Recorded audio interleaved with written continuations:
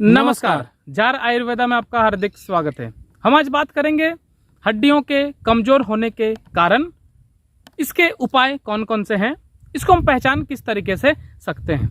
हालांकि इससे पहले भी हमने इस विषय पर बात किया है कि हड्डी कमजोर क्यों होती है, इसके कारण कौन कौन से होते हैं, पर कुछ कुछ प्रमुख बिंदुओं पे आज हम चर्चा करने के लिए आए हैं। इसमें हड्डी कमजोर होने का सबसे बड़ा जो कारण होता है, सबसे पहले तो बढ़ती उम्र के साथ वो हड्डी जो है वो तो कमजोर होती चली जाती है। बिल्कुल। लेकिन एक कारण अगर हम लोग देखते हैं ना, मतलब मान करके चलो हड्डी टूटती है, हड्डी टूटने का अगर कारण देखें तो कहीं ना कहीं मतलब किसी भी तरीके का हड्डी कितनों भी मजबूत है, अगर उसमें एक हिसाब से ज्यादा अगर प्रेशर पड़ता है तो कहीं ना कहीं वो हड्डी तो टूटना ही टूटना है। लेकिन किसी किसी का ऐसे देखा जाता है कि थोड़ा सा नॉर्मली चल रहे थे, फिर सीढ़ी से थोड़ा सा फिसल गए, हड्डी टूट गया, या फिर थोड़ा सा मतलब इधर उधर झटका लग गया, हड्डी टूट गया। तो इस तरीके का जो कारण होता है हड्डी टूटने का, नहीं ये कहीं ना कहीं मतलब कमजोर हड्डी का एक निशानी होता है। इसमें 50% महिला जो है ना, जिनका हड्डी कमजोर होता है और उसके बाद उनका हड्डी टूटता है, जिसको कमजोर हड्डी जो होता है उसको ऑस्टियोपोरोसिस के नाम से जाना जाता है, जो एक बीमारी है हड्डी का। उसमें हड्डी जो है अंदर से कहीं ना कहीं काफी कमजोर हो गई होती है, लगभग एक खोखलापन वाला अवस्था आ जाता है। बिल्कुल बिल्कुल। इसमें 50% महिला का मतलब कहीं ना कहीं इसी के कारण हड्डी टूटता है, और पुरुष में भी लगभग 25% हैं पुरुष जिनका मतलब इस कारण से हड्डी टूटता है। अच्छा, अभी हम कुछ प्रमुख विषयों पे चर्चा करेंगे, कुछ सवाल जवाब करेंगे कि कौन कौन से वैसे पॉइंट है, ऐसा बिंदु है जिनमें प्रमुख रूप से, मुख्य रूप से हम लोग को ध्यान देना पड़ता है। सबसे पहला आता है उम्र। हम जानेंगे कि किस हिसाब से हम ये बता सकते हैं कि अभी हम लोग हमेशा यही चीज बोलते हैं कि जैसे उम्र बढ़ता है तो क्या होता है कि हड्डियां कमजोर होती है। इसके क्या कारण होते हैं? देखो, हमारा कम उम्र जैसे 20 साल 30 साल तक के बीच में हम लोग जो भी गलतियां किए होते हैं, जो भी हम शरीर पे हम अच्छे से काम नहीं किए होते हैं, हड्डी या फिर शरीर को हम लोग जब अच्छे से ध्यान नहीं दिए होते हैं, नॉर्मली 30 के बाद ना हड्डी जो है वो मतलब उतना अच्छे तरीके से मजबूत नहीं हो पाता है, हड्डी उतना अच्छे तरीके से ग्रो नहीं कर पाता है खुद को। तो कहीं ना कहीं हड्डी को जितना हम लोग को मजबूत करना है, जितना जो कुछ भी करना है ना, 30 तक अगर हम लोग उसको अच्छे से मेंटेन कर लें, उसको अगर अच्छे से हम लोग ध्यान दे पाएं, तो कहीं ना कहीं आगे जाकर के इस तरीके का समस्या हम लोग को देखने को मिलता नहीं है। तो अगर आपका 30 तक में अगर ध्यान नहीं दे पाए हैं तो अभी भी आगे जाकर के मतलब बहुत सारी चीजें, जैसे खान पान से लेकर बहुत सारी चीज, ये सारी चीजों को लेकर के हम लोग अगले वीडियो में बात करेंगे किस तरीके से ध्यान हम लोग रख सकते हैं। अच्छा, ये चीज तो जरूर बोला जाता है कि कैल्शियम की कमी है, विटामिन की कमी है, चाहे खनिज लवण की कमी है। इसका मतलब क्या होता है? देखो, कैल्शियम हो गया, विटामिन डी हो गया, खनिज लवण हो गया, ये तो मतलब कहीं ना कहीं कैल्शियम का अगर बात करें तो हड्डी के लिए काफी ज्यादा महत्वपूर्ण होता है, और विटामिन डी भी शरीर के साथ साथ मतलब हड्डी के लिए बहुत ज्यादा ही मतलब जरूरी माना जाता है, और खनिज लवण ये सारी चीज तो नॉर्मली चाहिए होती है। तो ये सब चीज अगर हमारे शरीर में कम होती है ना, जैसे जितनी कम होते चले जाए, कम होने का मतलब ये है ना कि जो भी चीज आप खा रहे हो, नॉर्मली अगर हम बहुत अच्छी अच्छी चीजों को अगर नहीं खाते हैं, नॉर्मल मतलब दाल चावल या फिर जो हमारा हरा सब्जी है, इसको भी अगर हम लोग खाते हैं ना, इसके बाद भी अगर नॉर्मली थोड़ा बहुत हम लोग वर्कआउट वगैरह करते हैं, थोड़ी बहुत एक्सरसाइज करते हैं, तो हमारे शरीर में किसी तरीके का कोई समस्या आने वाला है नहीं, या फिर हड्डी कमजोर होगी इस तरीके का कोई बात है नहीं। इतना भी कर लेते हैं तो कहीं ना कहीं वो काफी होता है। बस जरूरत होता है जो भी चीज आप खा रहे हो ना, उसको मतलब अच्छे से आप डाइजेस्ट कर लो, वो शरीर में आपका अच्छे से चले जाए, तो कहीं ना कहीं ये बहुत ज्यादा काफी होता है। अच्छा, एक चीज और, जैसे अभी जिस हिसाब से जीवन शैली चल रहा है व्यक्तियों का कि चलना फिरना कम हो गया है, आराम करना ज्यादा हो गया है, चाहे जो ऑफिशियल काम होते हैं, ऑफिस में बैठे बैठे काम जो करते हैं, तो ये इस स्थिति में हमने अधिकतर देखा हुआ है कि जो हड्डी कमजोर होने लगती है धीरे धीरे से। कभी कभी ये भी चीज होता है कि कम उम्र में ही वो जो हड्डी है वो कमजोर हो जाती है। तो क्या गतिहीन जो जीवन शैली है ये भी बहुत मायने रखती है? बिल्कुल। देखो, गतिहीन जीवन शैली मतलब एक तरीके से देखें ना, सारी चीज एक दूसरे से जुड़ी हुई है। गतिशील मतलब आप खा करके बैठे हुए हो, खा करके हम लोग बैठते हैं, शरीर को कुछ काम नहीं कराते हैं, कुछ नहीं, तो कहीं ना कहीं डाइजेस्ट वो सही से कर नहीं पाता है।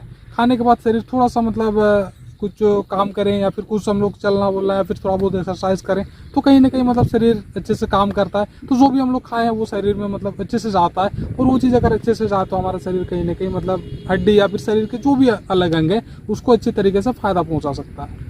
अच्छा, ये जो कोल्ड ड्रिंक्स है, कोल्ड ड्रिंक्स को भी नशा के श्रेणी में ही रखा गया है अगर हम गलत नहीं है तो। इसके अलावा तंबाकू हो गए, गुटखा हो गए, जो भी स्मोकिंग के साधन हो गए, या फिर जो नशा, ये चीज मायने रखता है, पर किस तरीके से मायने रखता है? बिल्कुल। देखो, तंबाकू हो गया, शराब हो गया, या फिर सोडा पीना, या फिर चाय कॉफी का, ये सारा चीज का भी अगर आपका लत लगा हुआ है ना, तो कहीं ना कहीं मतलब ये सारी चीजें शरीर के लिए मतलब बहुत ज्यादा नुकसानदेह मानी जाती है, और हड्डी के लिए तो मतलब कहीं ना कहीं बहुत ही ज्यादा। अगर मतलब शराब वगैरह या फिर सोडा वगैरह ये सब लेते हो ना, तो सबसे ज्यादा नुकसान जो शरीर में पहुंचाती है ना, वो हमारे हड्डी को ही पहुंचाने का काम करती है। तो इसी चीज के लिए सोडा जो हो गया या फिर चाय कॉफी, इसका आदत लगाना बहुत ज्यादा खराब माना जाता है। अभी एक चीज और हमने देखा हुआ है कि हम लोग उम्र के बात की हम लोगों ने कि ज़्यादा उम्र में ज़्यादा समस्या आता है, कम उम्र में थोड़ा कम समस्या आता है। तो उम्र के साथ साथ एक और समन्वय स्थापित करने वाला शब्द हम बता रहे हैं, वो शब्द है मोटापा। ये किस प्रकार से बहुत ज़्यादा मायने रखता है हड्डियों को कमजोर करने में? नॉर्मली देखो, मोटापा जो है ना, मतलब आप ये मान करके चलो, मतलब आपका मोटापा जितना बढ़ता चले जाएगा, आपका वजन जितना बढ़ता चले जाएगा, उतना ज्यादा आपका हड्डी कहीं ना कहीं कमजोर होता चले जाएगा। मतलब हमारा मोटापा तब बढ़ता है ना जब हमारा हड्डी कमजोर होते चले जाता है। कहीं ना कहीं ये दोनों मतलब एक दूसरे से संबंधित है। अगर आपका हड्डी कमजोर हो रहा है ना, तो कहीं ना कहीं आपका मोटापा बढ़ता हुआ चले जाएगा। या फिर मोटापा अगर आपका बढ़ रहा है, आप ज्यादा मोटे होते चले जा रहे हो, तो कहीं ना कहीं बहुत ज्यादा चांस होता है कि आपका जो हड्डी है ना, वो उतना कमजोर होते चले जाएगा। तो इसी चीज के लिए जो आपको मोटापा है, इसको भी कहीं ना कहीं कंट्रोल करने का जरूरत है। एक जरूरत से ज्यादा अगर आप मोटापे की तरफ जाते हो, तो कहीं ना कहीं आपका हड्डी उतना ही ज्यादा कमजोर होते चले जाता है। आजकल पहले जैसा अवस्था नहीं है। काफ़ी जगह ऐसा है कि जहाँ पर धूप वो ले ही नहीं पाते हैं। जैसे आजकल जितने फ्लैट्स हो गए, ये सारी जगहों में ऐसा होता है कि विरले ही उनको धूप का सेवन मिलता है। ये नसीब होता है, आप मान के चलो कि उस स्थिति में वो व्यक्ति क्या कर सकते हैं, जो विटामिन डी का स्रोत उसको पूरा करने के लिए, क्योंकि वो धूप ले नहीं सकता, ये उनकी मजबूरी है। बिल्कुल, देखो नॉर्मली हम लोग सारे कोई जानते हैं, मतलब धूप से हमें विटामिन डी मिलता है। बिल्कुल। और धूप से हमें काफी कुछ फायदा भी है। लेकिन अभी के समय में मतलब नॉर्मली हम लोग बात करते हैं कोई फ्लैट्स में, बाहर में, लेकिन मेरे को एक तो समय नहीं मिल पा रहा है, या फिर मेरे को उस तरीके का मेरे सामने में जगह नहीं है कि जहाँ पे हम जाकर के धूप ले सकें। लेकिन बहुत सारे ऐसे भी लोग हैं जो धूप में जाना भी नहीं चाहते हैं।